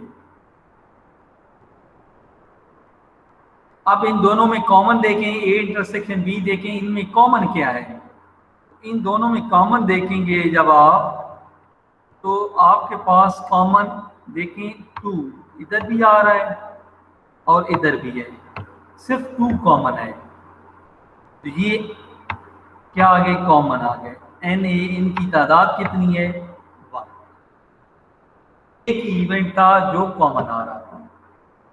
अब आप नेक्स्ट पे सेम उसी तरह प्रोबेबिलिटीज फाइंड कर लें। देखिए जी, प्रोबेबिलिटी ऑफ बी फाइंड करनी है, वो क्या था, फेस इज लेस देन 4। जो गिवन दैट के बाद वाली होगी वो हम फाइंड करेंगे। तो N B over N S 3 थे, 3 ओवर 6 1/2। ये हमारे पास प्रोबेबिलिटी ऑफ बी आ गई, या probability of face is less than 4। Common की प्रोबेबिलिटी क्या होगी, probability of A intersection B, N, probability of A intersection B over N S. Common सिर्फ एक ही इंटीजर था, तो 1/6 आ गई कॉमन की प्रोबेबिलिटी। फर्स्ट वाला फार्मूला यूज किया है, probability of A given B, probability of A intersection B over probability of B. Probability of A intersection B हमारे पास क्या आ रहा है, 1/6, और ये डिवीजन है यहाँ पे। उसके बाद क्या है, प्रोबेबिलिटी ऑफ बी क्या है, 1/2। सेम इसको भी उसी तरह सॉल्व करेंगे, 1/6 है ऊपर, ठीक है। जब थर्ड डिवीजन ऊपर जाती है तो वो उलट जाती है, 1/2 है तो 2 बाय क्या हो जाएगा, 1 हो जाएगा। इसको सिंप्लीफाई करेंगे तो इस 1 के साथ ये 1 कैंसिल हो जाएगा, और 2 वाला टेबल जो है ये 6 पे कितने टाइम जाएगा, 3 टाइम जाएगा। तो probability of A given B क्या आ जाएगी, 1/3। ये हमारे पास कंडीशनल प्रोबेबिलिटी है, जिसके अंदर हमें कंडीशन गिवन होती है और हम उसके विद रिस्पेक्ट क्वेश्चन को सॉल्व करते हैं। प्रोबेबिलिटी का चैप्टर एंड हो गया है। जहाँ तक कोई इशू है कंडीशनल में, मल्टीप्लिकेशन में, या ओवरऑल पूरे प्रोबेबिलिटी के चैप्टर में, तो बेटा वो आप मुझसे डिस्कस कर सकते हैं। क्लियर है, ठीक हो गया। अच्छा सर, आपसे एक बात पूछनी थी। जी जी। सर जो पेपर होने हैं वो यूनिवर्सिटी में होने हैं या ऑनलाइन ही होंगे? नहीं, पेपर बेटा ऑनलाइन होंगे, वेवा होगा। ठीक हो गया सर। अच्छा सर, ये जो लेकिन सर अभी जो कल मेरे सीआर ने मेरे साथ एक वो शेयर किया था, उसके अंदर सर कह रहे हैं कि 26 ऑनवर्ड्स 3 तक आई गेस पेपर होंगे, जो यानी जो समर सेमेस्टर के हैं। ठीक है, जो बेटा है ना आई ग्रेड वाले, मतलब जिन्होंने पिछले सेमेस्टर में स्टैट पढ़ी थी और सेमेस्टर फ्रीज करा लिया था, तो उनके तो नेक्स्ट वीक हो जाने हैं एग्जाम। बाकी जो समर वाले बच्चे हैं तो समर वालों के 25 के बाद होंगे, ठीक है। उनके आगे भी लेक्चर होंगे, और जो फ्रीज वाले बच्चे हैं तो वो उनका ये आज लास्ट लेक्चर है। ठीक हो गया सर। तो सर अभी यानी हमारा भी तो कोर्स खत्म हो गया ना सर, जो हम वो कर रहे हैं, रिपीट कर रहे हैं, जो समर वाले हैं। नहीं नहीं बेटा, आपका अभी ये जो 6 चैप्टर मैंने लिखा है ना, इसमें मैंने सिर्फ एक टर्म रिग्रेशन को थोड़ा सा डिस्कस किया है, इसकी थ्योरी बताई है। तो आप लोग ये रिग्रेशन का चैप्टर भी पढ़ते हैं, ठीक है। ये कंप्लीट हमने पढ़ना है, इतना ठीक हो लेंथी गया नहीं है, फिर नेक्स्ट वीक इंशाल्लाह ये भी खत्म हो जाएगा। इतना ठीक हो लेंथी गया सर। चैप्टर नहीं है, लेकिन ये है कि ये आप रिग्रेशन एंड कोरिलेशन ये कंप्लीट पढ़ते हैं। इसके अलावा ठीक हो गया सर। डिस्ट्रीब्यूशन भी हैं अभी, अगर यानी कि हमें टाइम मिल गया हम कुछ ना कुछ डिस्ट्रीब्यूशन भी करेंगे, लेकिन डिस्ट्रीब्यूशन तक अगर नहीं पहुंचते तो ये जो 6 चैप्टर है ये तो हम कंप्लीट पढ़ेंगे। लेकिन जो अभी स्प्रिंग सेमेस्टर वाले थे जिनके नेक्स्ट वीक एग्जाम है, तो उनका ये लास्ट लेक्चर है, और इसके अंदर हम यही जो रिग्रेशन है इसी को यानी कि अभी मैं थोड़ा सा डिस्कस करूंगा, सिर्फ इसकी थ्योरी बताऊंगा। उसके बाद उनके पास अगर कोई शॉर्ट क्वेश्चन है, ओवरऑल सारे स्टूडेंट आप शॉर्ट क्वेश्चन है चैप्टर 1 से लेके आज के लेक्चर तक, तो वो हम डिस्कस करेंगे। ठीक हो गया सर। चलिए जी, इसको कंप्लीट करते हैं ताकि फिर हम अपना नेक्स्ट जो काम है वो हम स्टार्ट करें। देखें जी, रिग्रेशन एंड कोरिलेशन, ये 6 चैप्टर है। एक काम है रिग्रेशन, एक है कोरिलेशन। आज हम रिग्रेशन की जस्ट थ्योरी पढ़ेंगे। रिग्रेशन क्या होता है? The term regression was first used by sir France गेल्टन। जिसने सबसे पहले वर्ड रिग्रेशन को यूज किया था, सर फ्रांस गेल्टन, 1822 9/11, ठीक है। तो सबसे पहले थोड़ी सी इसकी हिस्ट्री है, वो मैं आपको यहाँ पे समझाता हूँ। वो मैंने लिखी हुई नहीं है स्लाइड के अंदर, वो मैं आपको वर्बली यहाँ पे बता देता हूँ। तो वो हिस्ट्री बड़ी इंटरेस्टिंग है और वो ऑटोमेटिकली आप लोगों को याद हो जाएगी। सबसे पहले बेटा जो वर्ड रिग्रेशन है वो सर फ्रांस गैल्टन ने यूज किया था। सर फ्रांस गैल्टन की बेसिक एस्टिमेशन क्या थी?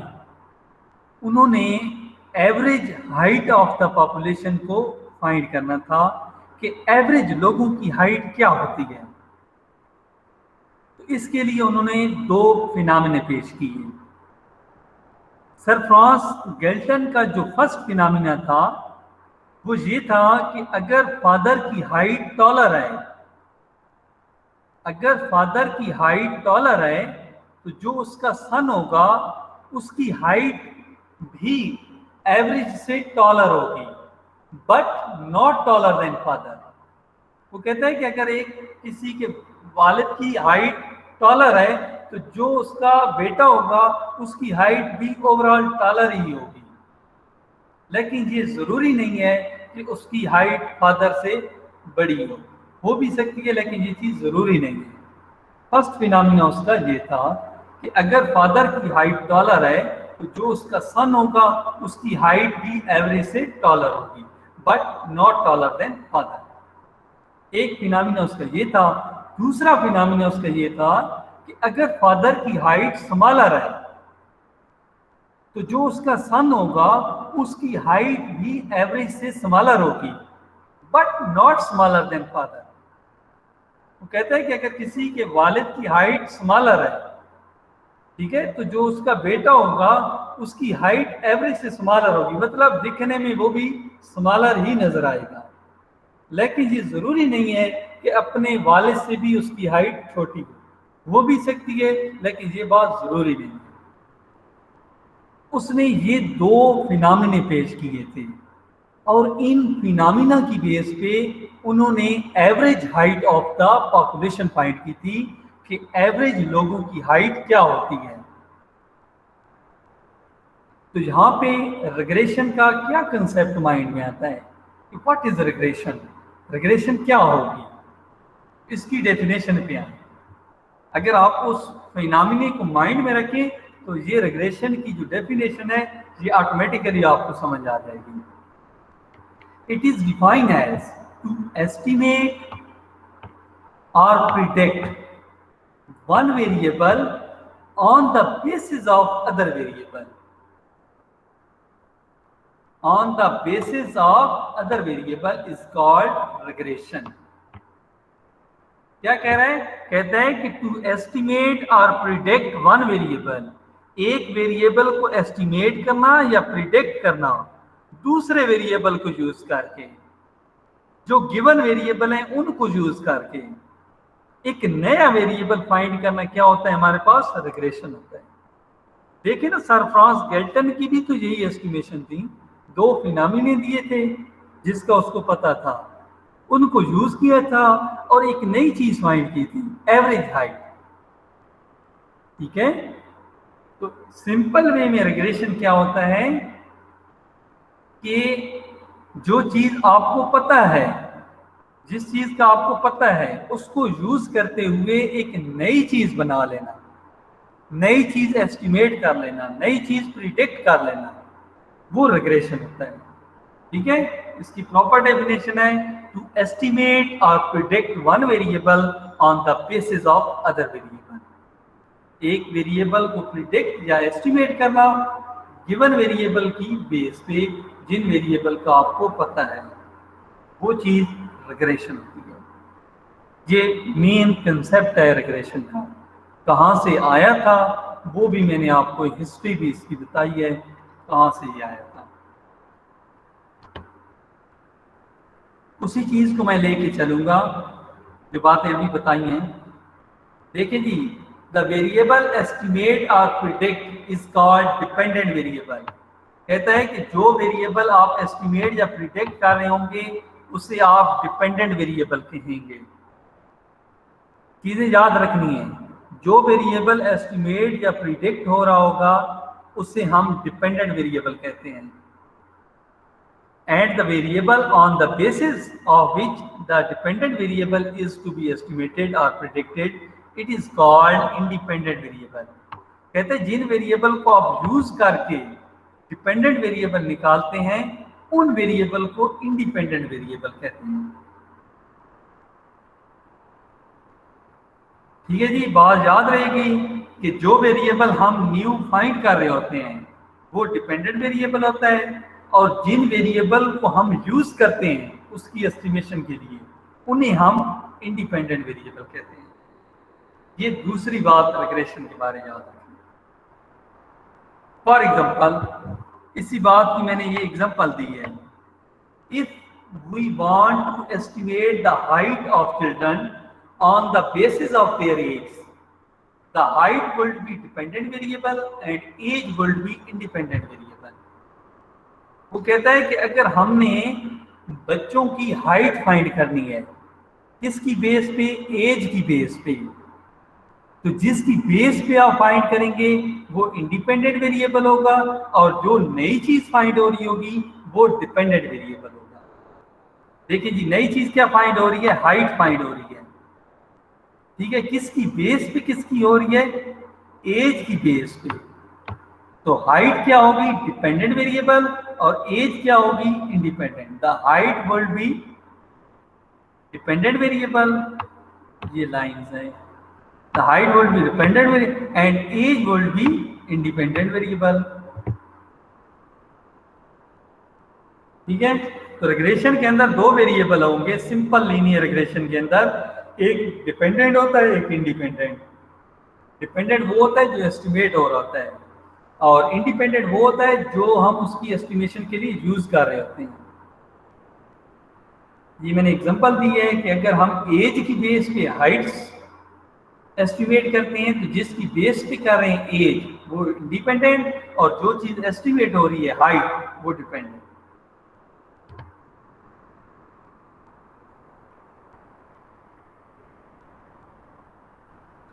The dependent variable is a random variable. वो कहता है डिपेंडेंट जो वेरिएबल होता है उससे हम रैंडम वेरिएबल कहते हैं, while independent variable is not random और fixed variable.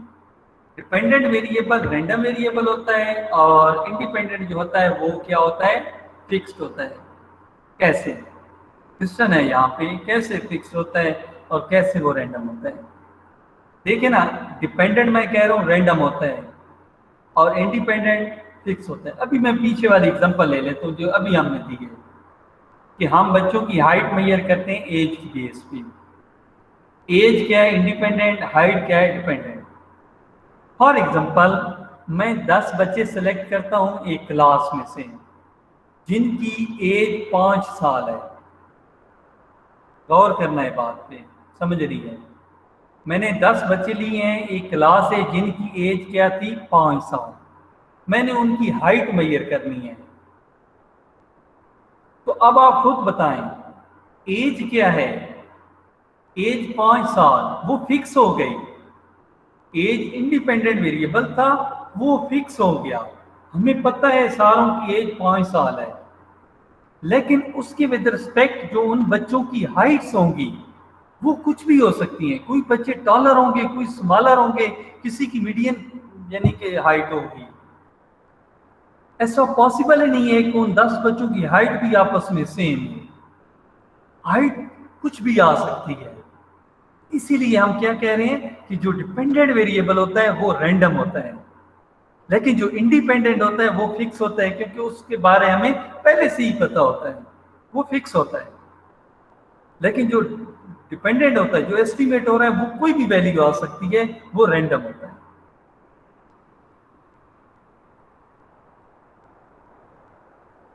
The dependent variable is also known as regressant। Dependent variable की ये डिफरेंट नेम है। पूछे जा सकते हैं कि डिपेंडेंट वेरिएबल को मजीद हम क्या कह सकते हैं। इसको आप रिग्रेसेंट भी कह सकते हैं, प्रीडिक्टेड भी कह सकते हैं, रिस्पॉन्स वेरिएबल भी कह सकते हैं। इसको डिपेंडेंट वेरिएबल को। On the other hand, independent variable is also called, independent को मजीद हम क्या कह सकते हैं, रिग्रेसर, प्रीडिक्टर या फिर एक्सप्लेनेटरी वेरिएबल। इंडिपेंडेंट के अलावा ये भी वर्ड इसके बारे यूज हो सकते हैं, ये भी इसके नेम है।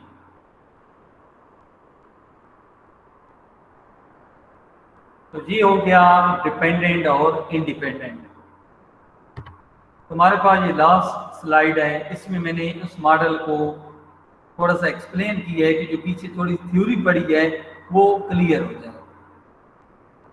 देखिए, if x is independent variable and y is dependent variable, वो कहता है x इंडिपेंडेंट है, y डिपेंडेंट है, then the relation describe by a straight line is, कहते हैं इनका रिलेशन हम स्ट्रेट लाइन के थ्रू ये लिखा है, yi is equal to a plus bx is called linear relationship. इसे हम लीनियर रिलेशनशिप भी कहते हैं। और ये क्या है, ये एग्जैक्ट रिलेशनशिप है।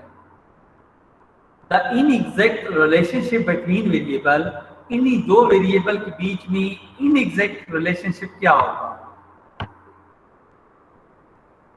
we get a statistical or probabilistic model। जब इनएग्जैक्ट रिलेशनशिप को शो करना होगा तो उसके लिए हम स्टैटिस्टिकल या प्रोबेबिलिस्टिक मॉडल को यूज करेंगे। वो क्या है, yi is equal to a plus bxi plus ei। अब इन दो मॉडल में y क्या है, y आपके पास डिपेंडेंट वेरिएबल है। चीजें याद रखनी है, यहां से क्वेश्चन बनते हैं। y क्या है इस मॉडल में, डिपेंडेंट वेरिएबल। x क्या है, इंडिपेंडेंट वेरिएबल। जो मॉडल के अंदर इस साइड पे अकेला होगा, याद रखिएगा यहाँ पे x है y है, जो भी चीज है वो हमेशा डिपेंडेंट वेरिएबल होगा। और मॉडल के इस साइड पे जो भी होंगे x, x1, x2, x3 जितने भी होंगे वो इंडिपेंडेंट वेरिएबल होते हैं।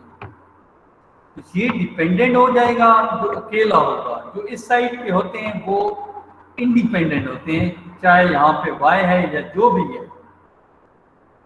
ये इंडिपेंडेंट वेरिएबल। a और b क्या है इस मॉडल के अंदर, a एंड b क्या है, दोनों को आप इकट्ठा जब पढ़ेंगे तो ये कहेंगे कि ये दोनों कांस्टेंट हैं।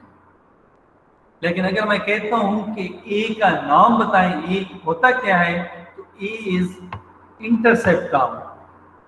a क्या है इस मॉडल के अंदर, इंटरसेप्ट टर्म है। और b क्या है, b स्लोप पैरामीटर है। ये जो b है इसे आप स्लोप पैरामीटर कहेंगे। और इस मॉडल के एंड पे e है, e क्या है, ei रैंडम एरर टर्म। ये क्या है, रैंडम एरर टर्म। ये दो मैंने मॉडल को डिस्कस कर लिया, इन मॉडल को मैंने एक्सप्लेन कर दिया। अब यहाँ पे क्वेश्चन किस तरह के बनते हैं। फॉर एग्जाम्पल मैं कहता हूँ कि मैं ये दो मॉडल भेजता हूँ, मैं कहता हूँ इस मॉडल में और इस मॉडल में क्या फर्क है, एक क्वेश्चन है। क्या आप आंसर करेंगे कि ये जो मॉडल है ये मैथमेटिकल मॉडल है, इसे हम एग्जैक्ट रिलेशन भी कहते हैं। और ये जो मॉडल है ये स्टैटिस्टिकल मॉडल है और इसे हम इनएग्जैक्ट रिलेशन भी कहते हैं। क्योंकि मैथमेटिक्स जो है उसमें एग्जैक्ट रिजल्ट्स होते हैं, उसमें हम एरर को डिस्कस नहीं करते। देखिए ना, यहाँ पे ई नहीं है क्योंकि ये एग्जैक्ट रिलेशन है। मैथ के अंदर एरर को इग्नोर किया जाता है, लेकिन जब भी आप स्टैट के अंदर काम करेंगे तो उस एरर को भी डिस्कस किया जाता है कि हमारे इस काम में एरर कितना आया है। जो स्टैटिस्टिकल मॉडल होगा उसके अंदर ई आई आएगा, एरर टर्म आएगी। बाकी आपसे पूछा जा सकता है वाई आई क्या है इसके अंदर। जब मैं ये पूरा मॉडल लिखूंगा, कहूंगा इस मॉडल को एक्सप्लेन करो, तो कैसे आप एक्सप्लेन करेंगे, आप बताएंगे कि इसमें सर वाई आई जो है डिपेंडेंट वेरिएबल है, एक्स आई इंडिपेंडेंट है, ए बी कांस्टेंट है, ए को हम इंटरसेप्ट टर्म कहते हैं, बी को हम स्लोप पैरामीटर कहते हैं, ई आई जो है ये रैंडम एरर टर्म है। ठीक है, ऐसे इस मॉडल को एक्सप्लेन किया जाता है।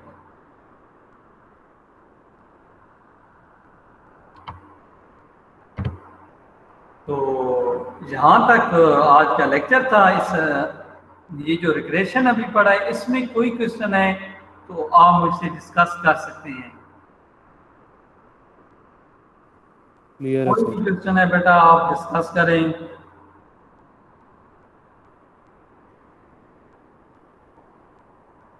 थ्रू आउट आज के लेक्चर में कोई इशू है, कोई बात पूछनी है, आप डिस्कस कर सकते हैं मेरे साथ।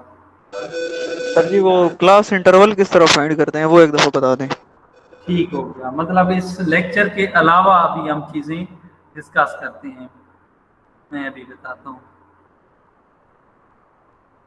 अच्छा, जिन जिन स्टूडेंट की जो भी चीज़ें हैं वो आप लोग अपनी सामने रखें और मेरे से डिस्कस करते जाना है, ठीक है। सबसे पहला आपने पूछा है कि क्लास इंटरवल हम कैसे निकालते हैं। बेटा क्लास इंटरवल होता है the difference between upper class boundaries minus lower class boundaries, ठीक है। अपर क्लास बाउंड्रीज से लोअर क्लास बाउंड्रीज को सब्ट्रैक्ट करेंगे, जो आंसर आएगा वो आपके पास क्लास इंटरवल होगा। इतना कुछ बताएंगे आपका क्वेश्चन बिल्कुल ठीक है, पूरे नंबर मिलेंगे। इसके अलावा बताएं।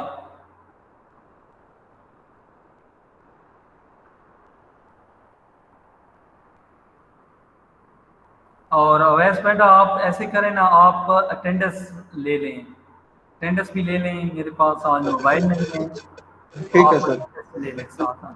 अच्छा बेटा पूछें, जो और कोई क्वेश्चन है पूछते जाएं, सारे बच्चों में सारों में कम से कम 4 से 5 क्वेश्चन करें ताकि चीजें रिपीट हो जाएं सारों की।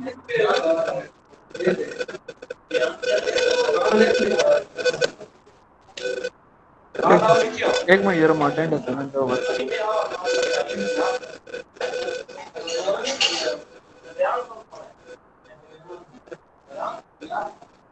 पूछें जी, पूछें, क्वेश्चन पूछें आप लोग, इसीलिए हमने लेक्चर अभी एंड की है ताकि आप लोग क्वेश्चन पूछें।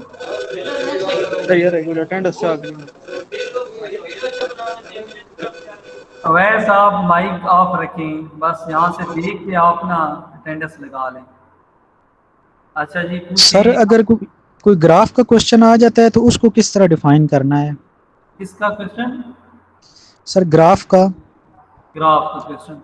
ग्राफ में आपसे जस्ट इतना कुछ पूछा जा सकता है, मैं अगर आपसे पूछता हूँ कि आप पाई डायग्राम को डिस्कस करें, पाई डायग्राम के बारे में बताएं, तो आप क्या बताएंगे कि सर ये एक सर्कल डायग्राम होती है, इसे हम सेक्टर डायग्राम भी कहते हैं, टोटल जो एंगल होते हैं इसमें वो 360 की इक्वल होते हैं। बस इतना ही बताना है। उसके अलावा मैं कहता हूँ हिस्टोग्राम कैसे बनाते हैं, तो उसका आप लोग जस्ट इतना बताएंगे कि इसमें सर हम एक्स एक्सिस के लॉन्ग क्लास बाउंड्रीज लिखते हैं, वाई एक्सिस के लॉन्ग हम फ्रीक्वेंसी की रेंज लिखते हैं, और हम बार के थ्रू इसको शो करते हैं, और वो बार आपस में एडजेसेंट होते हैं। बस इतना बताना है, ठीक है। प्रॉपर वर्डिंग में चीज़ याद नहीं आ रही तो कोई इशू नहीं है, आप अपनी वर्डिंग में जो कंसेप्ट है माइंड में सिर्फ वो बता दें, आपको नंबर पूरे मिलेंगे इंशाल्लाह। कंसेप्ट तक बताना ठीक है है। सर।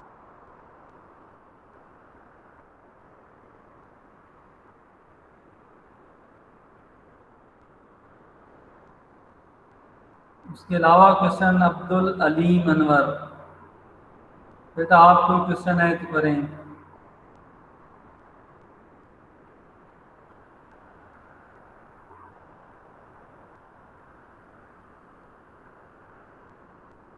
बिलाल आप कोई क्वेश्चन है? नो सर, अभी के लिए नहीं है सर।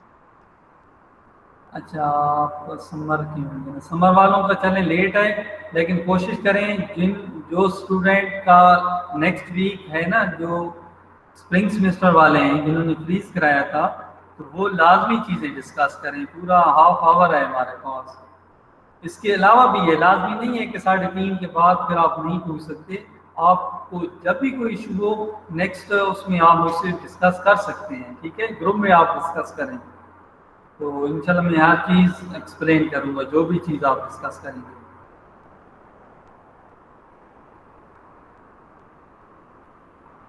टोटल आपसे एटलीस्ट 10 से 15 एक मिनट का वेब होता है, तो एटलीस्ट आपसे 10 एक क्वेश्चन किए जाएंगे। और जो मैंने लास्ट टाइम यानी कि जो चीज़ फॉलो की थी कि 10 क्वेश्चन करते था मैं, और हर एक क्वेश्चन के 6 मार्क्स होते थे, क्योंकि 60 नंबर का आप लोगों का वाइवा होना है। तो फिर वो 60 में से जितने भी बच्चों के मार्क्स आते थे वो फिर उतने उनको मिले थे। ठीक है, बाकी आप लोगों के क्विज एंड असाइनमेंट्स के मार्क्स होते हैं। तो एक्सक्यूज मी सर, जी sir because of certain reasons sir मैं क्विज दे सकूँ ना असाइनमेंट सर। तो सर अगर आप कहते हैं तो सर मैं अभी सबमिट करवा दूँ क्विज, क्योंकि सर कल कल बिल्कुल भी मैं फ्री नहीं था। आज ये भी क्लास के टाइम में हूँ थोड़ा सा फ्री। जी बेटा, मैंने तो ये बात आप लोगों को कही है ना कि जिनके क्विज असाइनमेंट्स रह गई हैं अभी तक सबमिट नहीं कराई, तो वो ज़रूर सबमिट कराएं। ठीक है, आप लोग आज के दिन, कल वाला दिन भी ले लें, लेकिन अपनी क्विज और असाइनमेंट्स आप पीछे चेक कर लें। जिनको मार्क्स नहीं मिले हुए वो सबमिट करा सकते हैं। ठीक है, कोई बाउंड नहीं है। इस तरह ओके बशीर आप अपने क्विज और असाइनमेंट सबमिट करें लाजमी। आपका मुझे कोई क्विज कोई असाइनमेंट सबमिट नहीं हुई